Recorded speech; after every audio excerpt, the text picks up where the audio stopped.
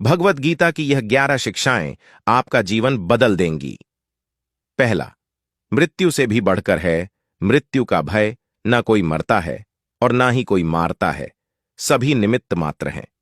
किसी भी व्यक्ति में जो सबसे बड़ा डर होता है वो है मृत्यु का भय।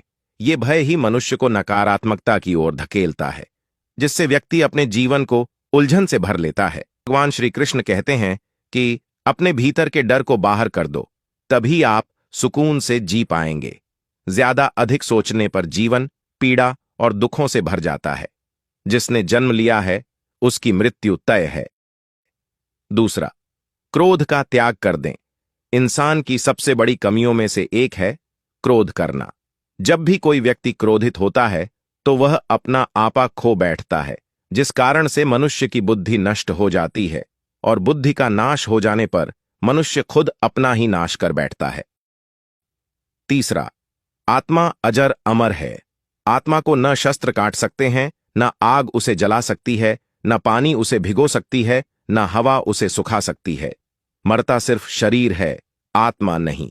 इसको भगवान श्री कृष्ण ने एक फटे पुराने कपड़े के माध्यम से समझाया है कि जैसे हमारे कपड़े पुराने हो जाते हैं तो हम नए कपड़े ले आते हैं, ठीक उसी प्रकार जब हमारा शरीर बेजान हो जाता है तब हमारी आत्मा दूसरा शरीर धारण कर लेती है।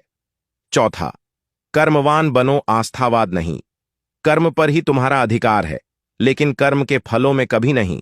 मनुष्य कोई भी कार्य शुरू करने से पहले उसके फल की चिंता करने में लगा रहता है, जिस कारण वह कभी भी अपने मूल काम पर ध्यान लगाने की बजाय उसके द्वारा होने वाले लाभ की फिक्र करने में अपना अधिक समय बर्बाद कर देता है। इसलिए भगवान श्री कृष्ण कहते हैं कि हमेशा कर्म करने पर मनुष्य का ध्यान होना चाहिए, उसके फल की चिंता नहीं करनी चाहिए। पांचवा, कोई हमारा अपना नहीं है। गीता में श्री कृष्ण अर्जुन से कहते हैं कि हे अर्जुन, तेरे और मेरे कितने ही जन्म हो चुके हैं। आज जिसे तू अपना समझ रहा है वे पूर्व जन्म में तेरे नहीं थे। मेरे और तेरे बहुत से जन्म हो चुके हैं। मैं उन सभी जन्मों के बारे में जानता हूं, लेकिन तू नहीं जानता। छठवां, व्यर्थ की चिंता छोड़, वर्तमान में जो। क्यों व्यर्थ की चिंता करते हो?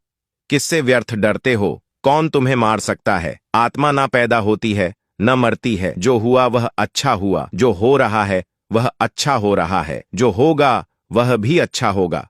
तुम भूत का पश्चाताप न करो, भविष्य की चिंता ना करो, वर्तमान चल रहा है। सातवां, स्वार्थी बनने से बचें। मानव जीवन बहुत ही मुश्किल से मिलता है, लेकिन कई बार अहंकारवश लोग इस इंसानियत भूल स्वार्थी बन जाते हैं और यह स्वार्थ उन्हें अंधा बना देता है, जिस कारण वह कभी भी दूसरों की अच्छाई नहीं देख पाते हैं। इसलिए सदैव स्वार्थी बनने से बचें और केवल स्वयं के बारे में ना सोचें। दूसरों को भी सम्मान दें और प्यार के भाव से देखें। आठवां, लगाव ही दुखों का कारण है तुम्हारा। क्या गया जो तुम रोते हो? तुम क्या लाए थे जो तुमने खो दिया? तुमने क्या पैदा किया था जो नाश हो गया? ना तुम कुछ लेकर आए, जो लिया यहीं से लिया, जो दिया यहीं पर दिया, जो लिया इसी भगवान से लिया, जो दिया इसी को दिया। खाली हाथ आए और खाली हाथ चले जाओगे। जो आज तुम्हारा है कल और किसी का था, परसों किसी और का होगा। तुम इसे अपना समझकर मग्न हो रहे हो। बस यही प्रसन्नता तुम्हारे दुखों का कारण है। नौवां, धर्म की शरण में रहो। यदि तुम खुद कुछ नहीं कर सकते हो तो श्री कृष्ण कहते हैं कि तुम अपने आप को भगवान को अर्पित कर दो। यही सबसे उत्तम सहारा है। जो इसके सहारे को जानता है वह भय, चिंता व शोक से सर्वदा मुक्त है। जो कुछ भी तू करता है उसे भगवान की अर्पण करता चल। ऐसा करने से सदा जीवन मुक्ति का आनंद का अनुभव करेगा। सारे धर्म का त्याग कर मेरी शरण में हो जाओ।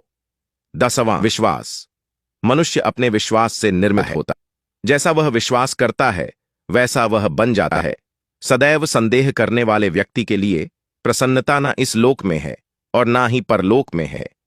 जो कोई भी व्यक्ति जिस किसी भी देवता की पूजा विश्वास के साथ करने की इच्छा रखता है, मैं उस व्यक्ति का विश्वास उसी देवता में दृढ़ कर देता हूं। 11वां, परिवर्तन को समझो और उसके साथ रहो। परिवर्तन संसार का नियम है। जिसे तुम मृत्यु समझते हो वही तो जीवन है। एक क्षण में तुम करोड़ों के स्वामी बन जाते हो, दूसरे ही क्षण में तुम दरिद्र हो जाते हो।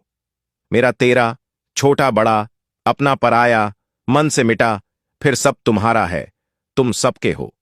न यह शरीर तुम्हारा है, न तुम शरीर के हो। यह अग्नि, जल, वायु, पृथ्वी, आकाश से बना है और इसी में मिल जाएगा, परंतु आत्मा स्थिर है। फिर तुम क्या हो?